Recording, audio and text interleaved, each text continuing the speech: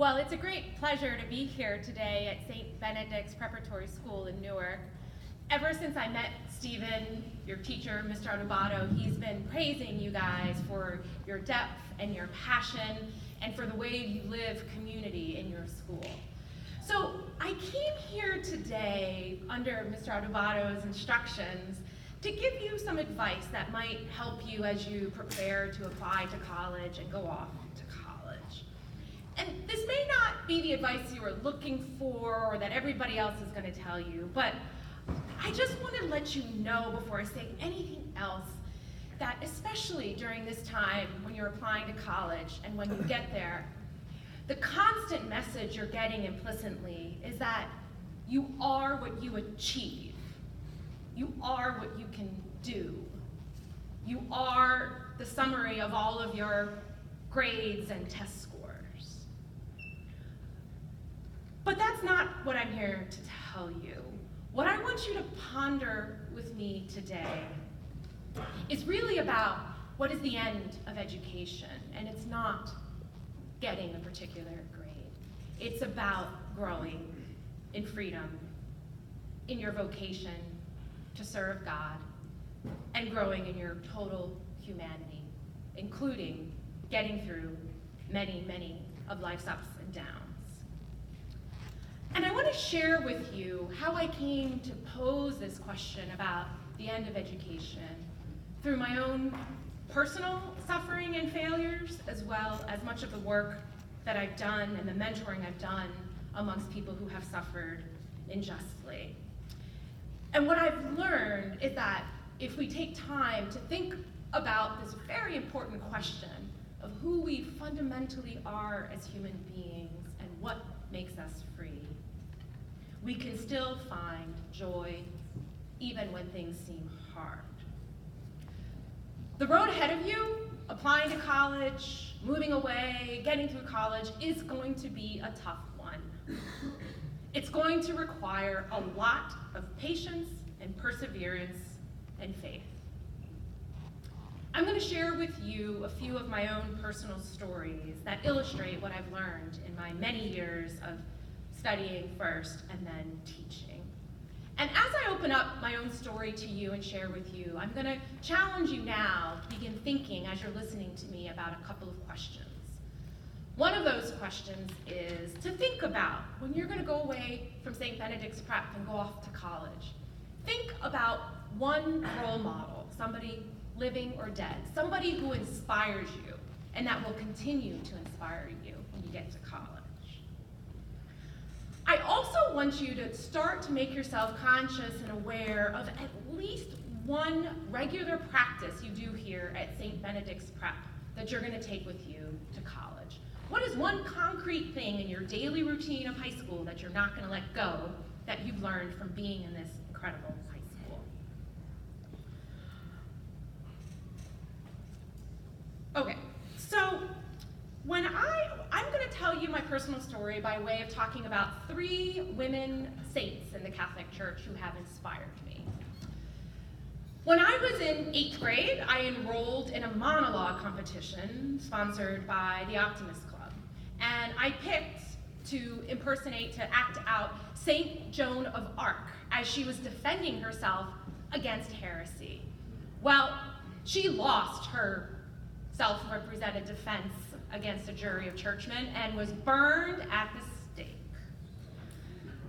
Why was I so interested in this warrior saint? I had 3 older brothers. I kind of roughed around with boys a lot. I liked that she was a fighter.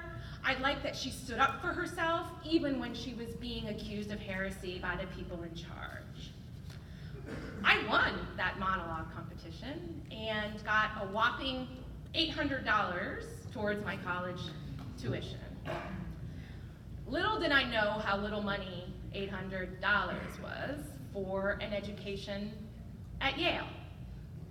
When I left my relatively small hometown of Frederick, Maryland, and enrolled at Yale, I was absolutely blown away by the possibilities of what could be done in this tremendous Ivy League institution.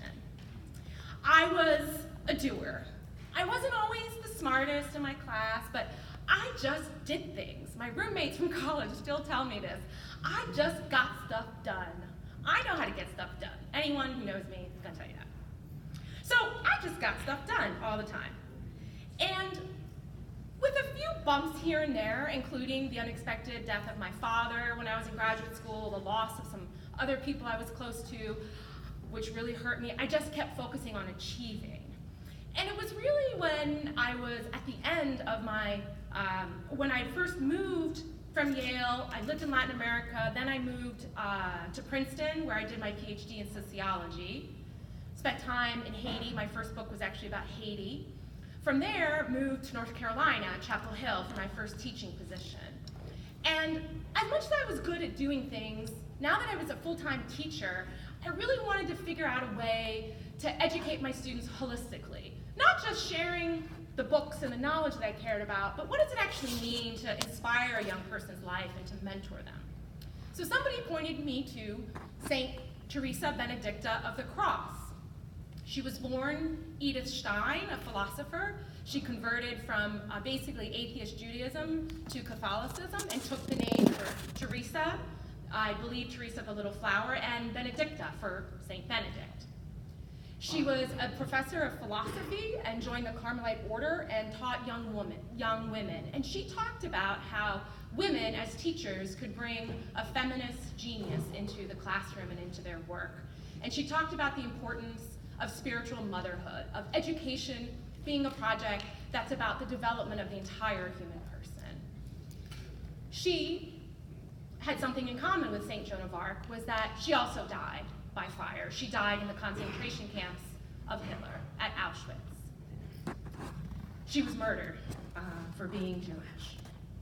Now, for those 6 years when I was in North Carolina, I ran a variety of student groups, had people over to my house, and, I thought I was, creating kind of a perfect life. I had a prestigious job, I owned a house, I had a personal life that I looked forward to, and it was at the end of my 6 years in North Carolina when a succession of events that, I just didn't really see coming all happened within a couple of months. First, I actually decided to call off my engagement to be married. That was very painful. A couple of months later, I received that fated thing that everybody fears, which is essentially an email from your boss saying, "I'd like to speak with you today." And what he had to tell me in person was that I had lost my job. I had been deemed not good enough to teach there anymore for reasons that remain kind of mysterious to me. Even when they attempted to fumble around in explaining it, I was told I had not reached their standards of excellence and I had to leave. I sold my house, went financially into debt. I had lost money on the house. I bought when the market was good, sold when it was low, and here I was, called off my engagement, lost my job, and I'm in debt. It's not exactly where you think you're gonna be when you've got a Yale and Princeton degree and you're a doer. But, doer that I am, I somehow managed to write a research grant that would pay for my salary for a few years, and I returned to my alma mater of Yale, paying my own salary with a grant. At that point, I didn't really care about the right kind of achievements anymore. I really thought I would continue working more closely with students. And I managed to get my hands on one of these apartments that Yale keeps for faculty. There's not many of them, but there's a couple of apartments where faculty can live in the residence with students. And let me tell you, what I saw there almost 20 years, 15 years after I myself had graduated, what I saw in the students kind of shocked me. I decided to get to know students by inviting them over to read a book called The Happiness Project. And I had about 25 students cram into my living room inside of the dorm to tell me how unhappy they were. And I realized that getting into Yale was a very difficult thing, and not only had they worked hard to get there, and they earned it, but they had internalized that their identity is what they can do. And they struggled around intimate relationships, they struggled around building friendships, they struggled around getting off their phones and actually having a conversation with somebody, they struggled with making eye contact. And when I talked to the administrators at Yale, they all told me the same thing, that students at Yale were progressively and progressively less and less happy every year. Something was really wrong. So doing my research, which led me to interview a lot of people who struggled, had suffered trauma, different kinds, working with Yale students, I really wanted to try to do something different. So there was one student I was close to named John, and together we planned this big summer program to go to England and study the end of education, think about these questions about what it means to be human, and we thought it'd be really cool to do it at a Benedictine monastery. So we went to a Benedictine monastery in the north of England called Ampleforth, and it was like an intellectual retreat. It was an incredible experience. It was so inspiring that I actually decided to start a nonprofit so I could do more of these types of trips, and I called the nonprofit Scala. Scala means ladder, and I was inspired to pick that name by reading about the Rule of St. Benedict. I had not read it. I had not read the Rule of St. Benedict nor read about it until I was long done with my PhD. But I was really captivated by this image of the ladder because it actually, I thought, expressed my own personal experience. That on the one hand, I felt like I wanted to work hard and achieve things, but yet, especially being denied tenure and moving and losing all of these things, I realized that as much as I did, I always felt like I was just on the bottom rung of the ladder and that I was barely holding on. So the image of the ladder, I think, symbolized for me the need to have humility while you're trying to achieve great things. And it also symbolizes the balance between body and soul. So there was a message in the Rule of St. Benedict that I thought really was relevant to students today. And in the programs that I've run, what I try to do is integrate our desires for achievement, they're not wrong, they're just not who you are as a person. To integrate that with some serious thinking about what it means to be human and what it means to feel free. And paradoxically, maybe, you feel more free when you accept that you're not actually in control. And I think the image of the ladder helps us see that. Because one of the things we talk about in the summer seminar, and one of the things I hope you understand from my talk today that I said, your achievements are important, but they don't define who you are. And these two things get conflated. Because we live in an era where essentially we've accepted this idea of the human person is made up of what we can choose, control, and manipulate. That the greatest thing you can do as human is use your power and your strength to control things around you. This is a really different understanding of the person than what St. Benedict thought, or St. Teresa Benedicta of the Cross, or St. Joan of Arc. Or, for that matter, the classical Greek fathers, Greek philosophers.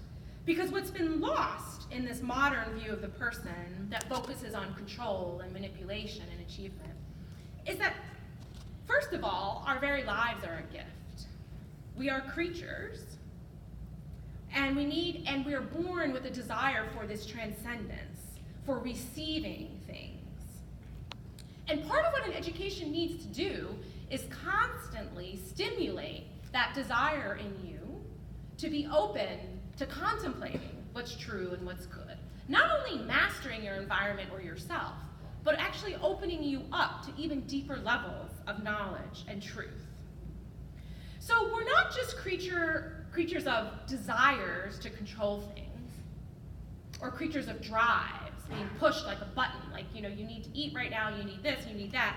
We're creatures of grand desires that need to be constantly opened up. If not, the things that we're learning and the things that we're achieving are going to lose their meaning. And the very good things that we're supposed to achieve are joyless, which is exactly what I thought was happening to so many undergraduates at Yale. Undergraduates at Yale who, like me, walked through that gate of college thinking they had made it and anything was possible. But deep down inside, they had put their identity on a shaky foundation where the self is in the center and what matters is how much they can do. And anything that would come along that they were insecure about, they would fall apart. So just to, sort of wind down and start to get back to some of the the questions that I posed or that I want you to think about, right? There's been this shift in how we think about what human creatures are, away from this idea that we're humans open to the transcendent with great desires, and we're more about, now we tend to think we are like a creature of drives. And I'm gonna sort of start to wind down with a story about one particular student who I've already mentioned. His name was John, the one who helped me to start Scala, and the one who helped me to take a whole group of students to Ampleforth.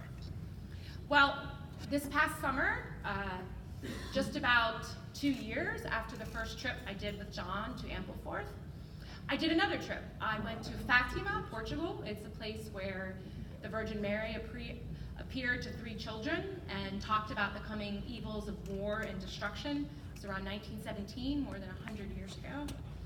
And the reason I went was because my dear friend John had died.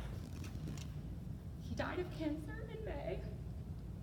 He was 26. I spent time with him in the hospital, and we sort of laughed and cried as we said goodbye, talking about all the fun things we had done and lamenting all the plans that would never happen.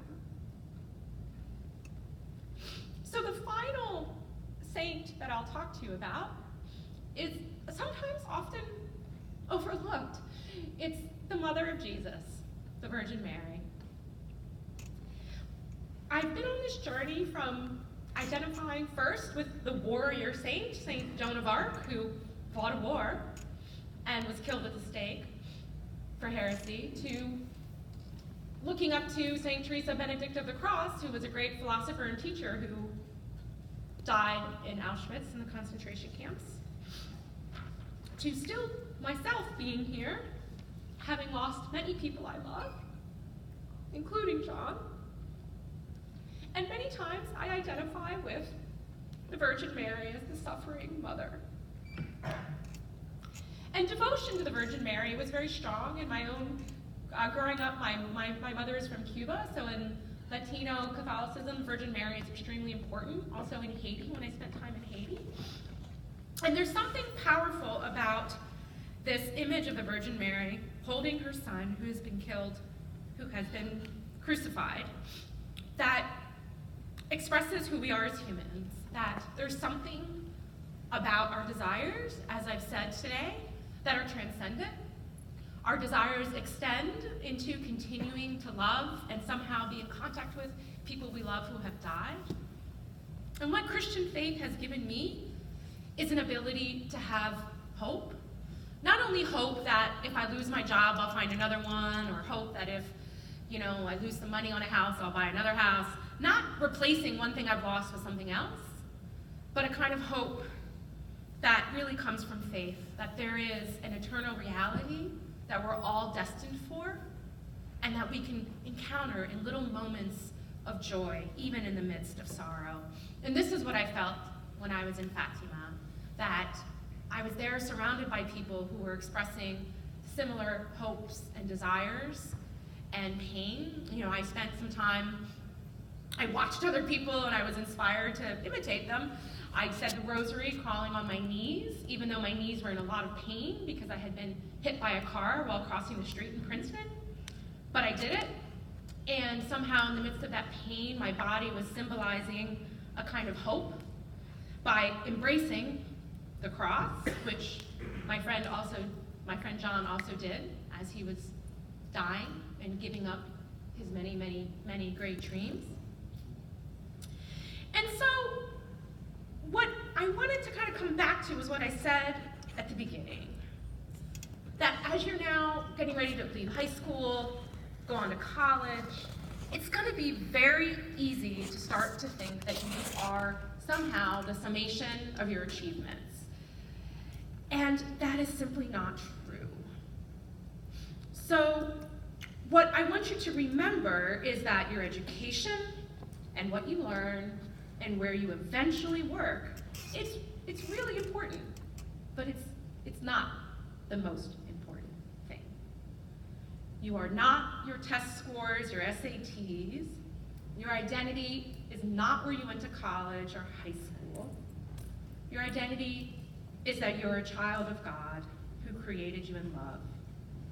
To know him with your mind and heart, and therefore to serve him better. All of your hard work, your arduous tasks, your homework and classes you don't like,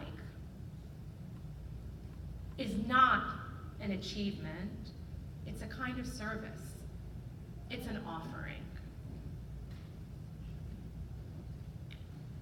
So as you prepare for this really arduous year as seniors in high school, I want to take a few moments now to discuss with you about anything about what I've said, but I want to encourage you to begin now to think about and even visualize, as I said in the beginning, who are a couple of role models, real people, living or dead, doesn't matter if they're dead or you never met them in person, real people whose life stories inspire you, that you can hold on to when things get tough.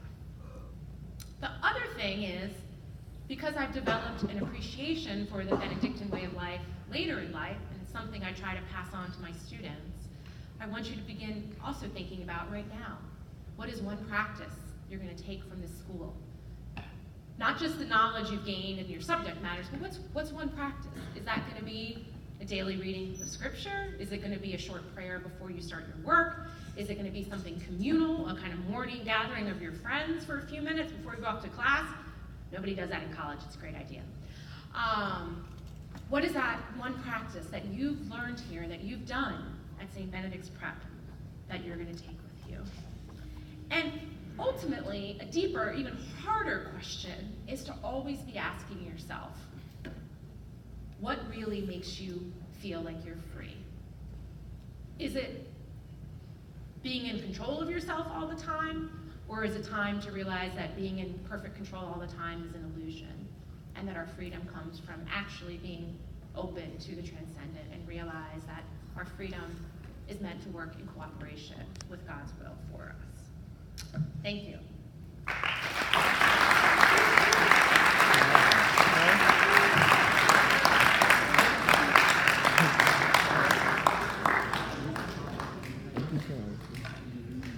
All right, gentlemen, we have a few minutes for questions. So if you have a question, you can raise your hand, say it loudly. Let's start with Adonai. Adonai, why don't you stand up? Wait, do I keep recording? I guess I keep recording. So my question was, the ladder analogy that you used for your information, is that anything to like you or relate to, I guess, our like Camus, and it starts with like, you know, it starts. Is there any connection at all? What is the connection between the ladder of St. Benedict and Camus? Is that right? The question? Do you mean as in? Do you mean like the myth of Sisyphus, like going up? Is that what you meant? Oh, yeah. Pushing the boulder. Well, I can't speak to you. Tell me your name again. Adonai. That's a great name. That's awesome. Oh, I wanted to make sure I got that. Okay. So I can't speak to you specifically about that myth because it's been a long time since I read it.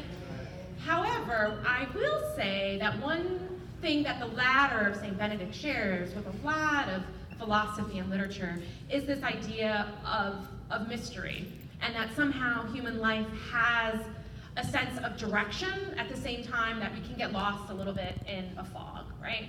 So a lot of mythology, a lot of religion, a lot of philosophy, a lot of literature all tells us that. What I think the ladder of St. Benedict tells us is that that ladder's going somewhere, right? Who's gonna climb the ladder? That ladder has a direction. And I think that as people of faith, we can get through the mystery of life, and sometimes even the real darkness of life, because ultimately, there's a direction, and you just gotta keep going.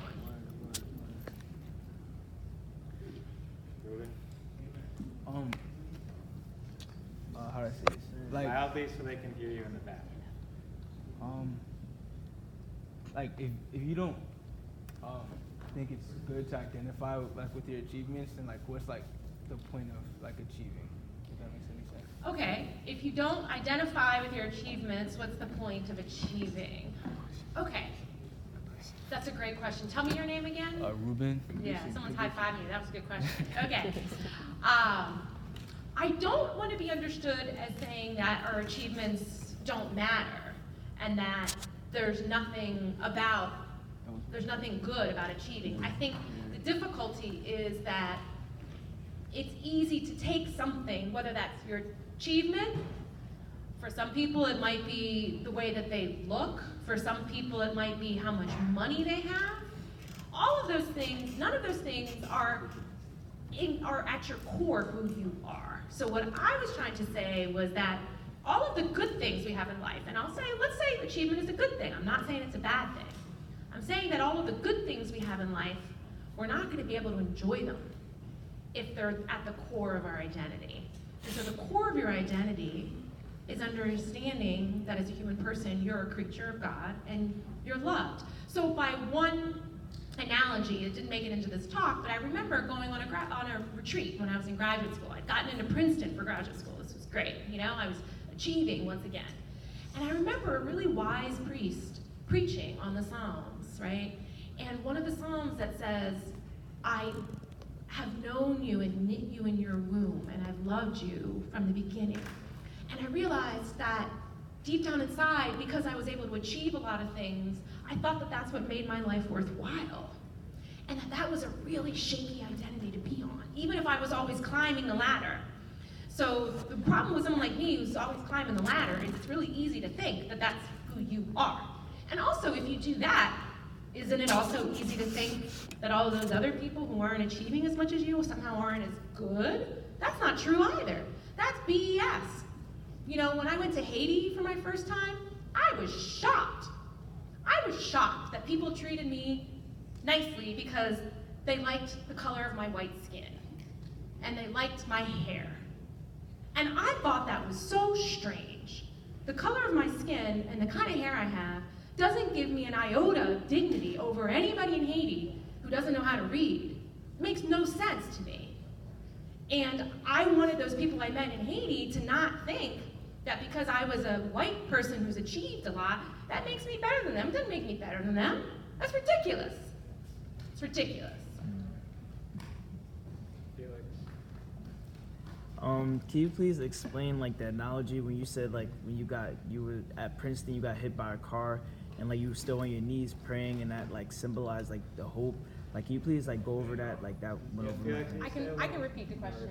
Okay, so Felix wants me to talk more about what I said about when I got hit by a car crossing the street in Princeton, and then a couple months later I was on my knees praying the rosary in Fatima. Well, a couple of things happened. So I'm sort of mourning the death of my friend John, and literally it's a couple of weeks later that a car rams into me as I'm crossing the street in Princeton.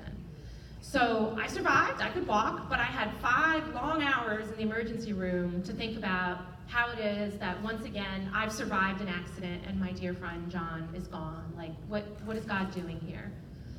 I went to Fatima because I told John that if he survived his battle with cancer, I would take him on a pilgrimage to thank the Virgin Mary, and when he didn't survive, I realized that that was a promise that I had to keep anyway. That even without him, I was going to go on a pilgrimage to the Virgin Mary. Because you see, there's a subtle trick here. Sometimes we ask God for something and he doesn't give it to us, and we get mad. And we don't love God anymore. So I thought, okay, I have to do the opposite. I asked God for a miracle to save my friend's life, and I didn't get that, and I still got to do the thing I said I was going to do if God gave me that miracle. So I went to Fatima. And then I was there just going to be like a glamping tourist, or like a, I don't know, pilgrimage light, and you sort of get swept up. I mean, there are people from every corner of the world speaking every language you can imagine, and there are people a lot older than me and a lot more infirm than me on their knees. Now, when you get hit by a car, hopefully that never happens to any of you, but I was banged up all over the place, both of my knees, I was in a lot of pain. My first day in Fatima, I was in a lot of pain. And I was in so much pain that when I went to Mass, I sat in the front row because I got there early. I wanted to make sure I could sit. It was a whole crowd. I was like, I've got to sit. So I sit in the front row. And it turns out this man walks up and he says, you speak English, right? There's like 100 languages going on. I'm like, yeah, I speak English. He's like, come up. And he asked me to say the prayers of the faithful. So I had gone there to pray for my friend John, and out of a crowd of thousands of people, I got put right up there next to the priest during Mass. And that to me was a sign that God was hearing my prayers. When I got hit by the car, you don't really feel like, oh, God heard my prayers. I got hit by a car. You don't. But God was hearing my prayers, and I felt a little guilty that I had doubted God. So I was like, you know what? Even if I'm in pain, these people around me, they're even more infirm. And I'm just going to get down on my knees and go for it. What's a little bit more pain? I've been in pain for months, you know?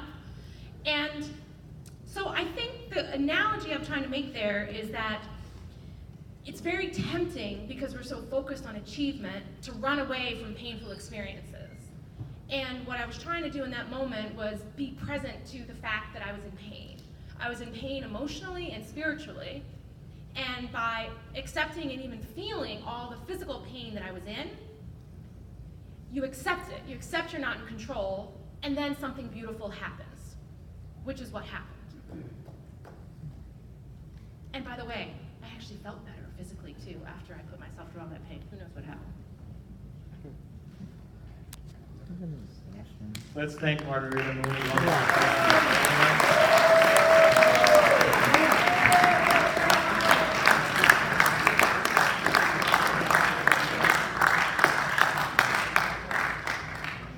So we are going to have to go to lunch. So anybody else who has a question, you can come on up. Otherwise, should I hand it off to one of the leaders? Do you guys want to dismiss?